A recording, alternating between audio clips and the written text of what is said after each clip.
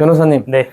오늘은 상가에서 영업하는 임차인을 상대로 건물 명도 소송을 제기한 경우에 네. 일어날 상황들을 예시로 들어서 네. 좀 알아보도록 하겠습니다. 이게 이제 양쪽 다 의미가 있는데, 임차인 입장에서는 어떤 경우에 양도소송을 이길 수 있는지, 네. 안 쫓겨날 수 있는지를 보는 거고, 임대인 입장에서는 어떤 경우에 내보낼 수 있는지, 이 두 가지 측면에서 같이 보겠습니다. 네. 변호사님, 그러면 계약 기간이 남아있는 상가인데 건물 명도 청구 소장이 도착했습니다. 네네. 소송 전에 뭐 몇 번 연락은 왔는데 이제 거절했다고 하는데요. 네. 근데 진짜 소송까지 할 줄은 몰랐다고 합니다. 방어 가능한가요? 이게 임차인 입장에서 이제 방어 가능한지를 여쭤보시는 거니까, 네. 결론부터 얘기하면 계약 맺을 때 특약이 있었냐 없었냐가 좌우하는 거예요. 그러니까 계약 맺을 때 특약이 없었으면 계약 도중에 원칙상 내보낼 수 없어요. 예. 그 임차인이 잘못한 게 있으면 내보낼 수 있는데, 네. 그 잘못한 거라 하면 이제 상가는 3기 이상 연체, 아니면은 허락 없는 무단 전대, 다른 사람한테 임대를 다시 주는 거, 네.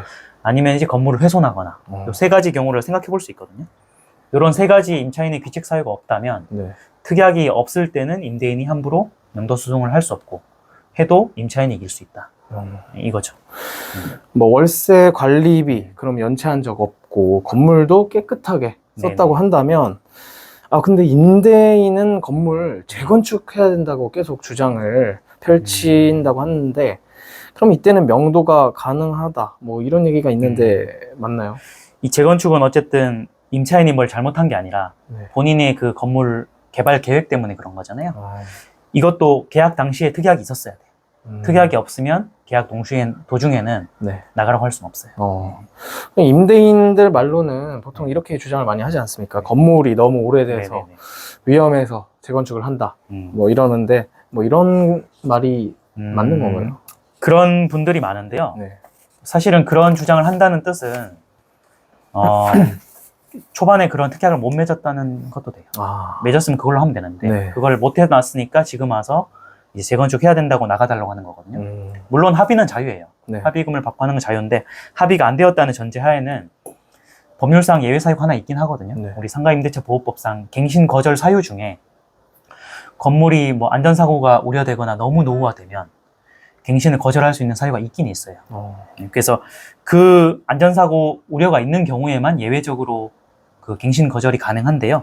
구체적으로 이게 재건축할 만큼 오래됐냐 안 됐냐는 네. 감정을 해야 돼요. 그래서 소송 전에 감정을 한다면 민간업체 사감정을 받는 거고, 네. 그 사감정을 토대로 합의를 하는 거고요. 만약에 민간업체 사감정을 받지 않고 소송에 들어가 버리면 네. 법원에다 감정 신청을 하면 법원에서 감정인을 지정해 주거든요. 그러면 법원에서 지정받은 감정인이 정말 이 건물이 오래돼서 위험한지 아닌지를 판단해 주고, 그 판단 감정 보고서를 근거로 판사가 판단하는 거죠. 네, 그렇게 해결이 돼요. 그러면 감정 결과 건물의 안전사고 우려에 있어서 명도 사유가 되는지는 법원의 판단 영역이 되겠네요. 그렇죠. 법원 판단을 받기 전까지는 네. 그냥 서로 간의 주장만 있을 뿐이지, 일방적으로 명도를 뭐 건물이 오래됐다는 주장만으로는 네. 응할 필요는 없는 거죠. 합의가 안 되는 이상. 네. 그럼 만약에 재건축 사유가 된다고 결론이 난다고 네네. 뭐 가정을 하면 바로 나가야 되는 건가요? 만약에 그 임차인을 내보내기 위해서 법원 감정을 했는데 감정 결과 건물이 너무 오래돼서 재건축해야 된다, 네. 너무 위험하다, 이런 결론이 나왔고 판사가 그걸 토대로 사유가 된다고 하면요, 인정은 돼요. 인정은 되는데 중요한 건 제가 맨 처음 말씀드린 것처럼 이거는 계약 갱신을 거절하는 사유가 되는 거지 계약 도중에 쫓아내는 규정은 아니거든요. 네. 상가법이 보통 1년 단위로 갱신이 되잖아요. 그러면은 이번에도 갱신을 해야 되는데 10년까지는 만약에 감정이 결과가 이렇게 임대인한테 유리하게 나오면 네. 갱신을 못 하죠. 근데 그렇다고 해서 계약이 아직 6개월이 남았는데 그때 나가야 된다, 그런 뜻은 아니에요. 그러면은 임차인의 입장에서는 월세 잘 냈고, 네. 당장 명도소송에서 패소하지는 않겠네요. 잘 내고 하면. 패소하는 경우가 드물죠. 그리고 임대인 입장에서도 승소하는 경우가 드물고. 왜냐하면은 일반적으로 상가법이 임차인한테 조금 유리한 법이기도 하고, 네. 그리고 임대인도 얼마든지 준비를 해놓으면 되는데 보통 계약 처음 한 시점에는 모르는 분들이 많아요. 사전 준비를 못 해놓거든요. 네. 그래서 그것 때문에 보통 이제 재건축 명도소송 했을 때 임차인이 승소하는 경우가 많아요. 예. 그럼 반대로 이번에는 임대인의 입장에서 네네. 보면은 이제 임대인의 입장에서는 뭐 재건축으로 인한 명도 소송에서 승소하려면 어떤 준비랑 작업이 좀 필요할까요?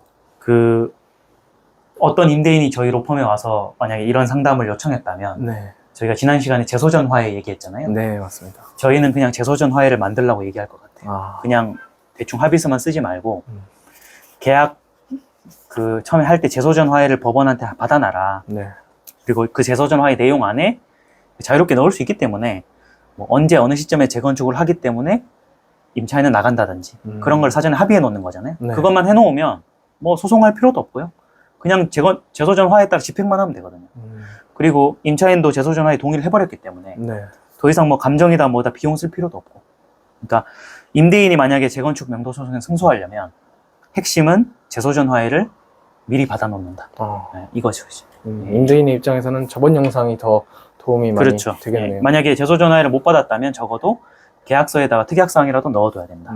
그런 차이가 있는 거죠.